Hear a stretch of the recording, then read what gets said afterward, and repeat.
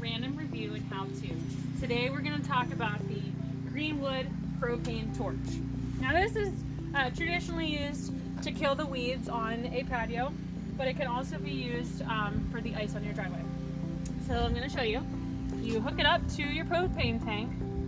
Obviously turn the tank on. And then this knob right here is used to turn it on. So righty tighty lefty loose, you're going to turn it to the left to turn it on. You hear the sound of it. This red button here, you're going to use to ignite it. You might want to turn it a little bit more. There you go. Okay.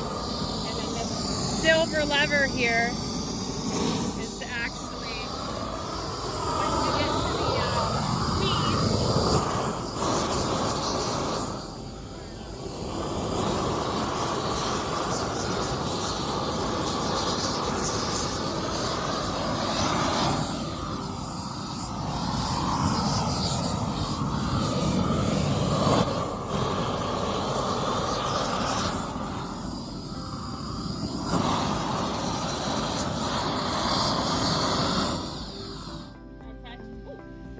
so as you see,